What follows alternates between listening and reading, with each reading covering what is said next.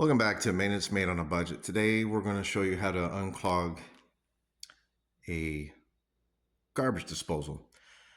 And you may find yourself after finishing the dishes and you go and you get water building up in the sink, it's not draining. You come over here and you don't hear nothing coming out. It's not grinding up. You come under here and you may find that you have these Allen wrench keys, and if you're lucky enough to have these in underneath your sink, they're designed to go right up under the garbage disposal. So there's the garbage disposal, and right on the bottom you'll have an Allen key for this. And let's see, I'll get it under there. So if you have a garbage disposal, most of them should be similar. And then you just simply work it around, right? And as you work it around, what's happening is the bottom of the tank,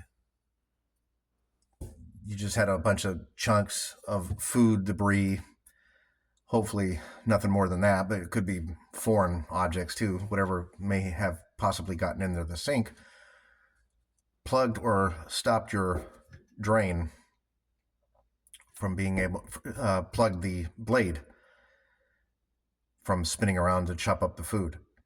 And so by doing this, you're just manually twisting the food. You're turning the shaft inside, which is connected to that blade, which is manually turning that blade to hopefully unblock some of the blockage you may have, right? So this would be the drain itself coming out, and then you have your drain trap, and then you also have the drain from the dishwasher that would be plugged up on top.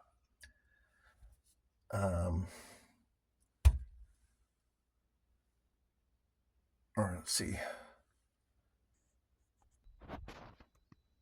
Yeah, so it's an overflow from the dishwasher. So that's what you'd be doing.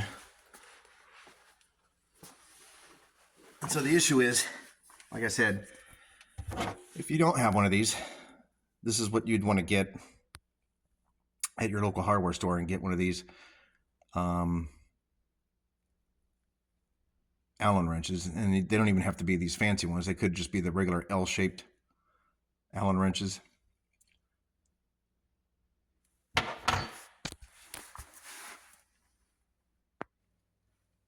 Okay, so now if you don't have those wrenches, they may actually say on there, I don't know if you guys can read that.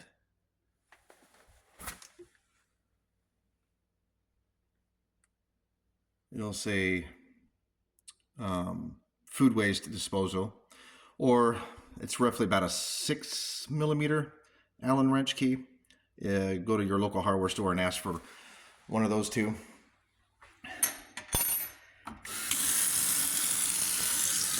Put it on.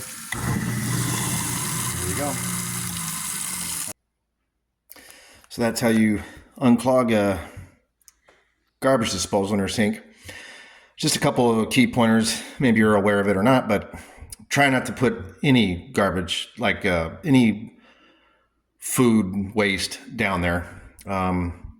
It's best that if you have any leftovers, just scrape them all into your trash in the recycle bin, compost, however you're going to do it.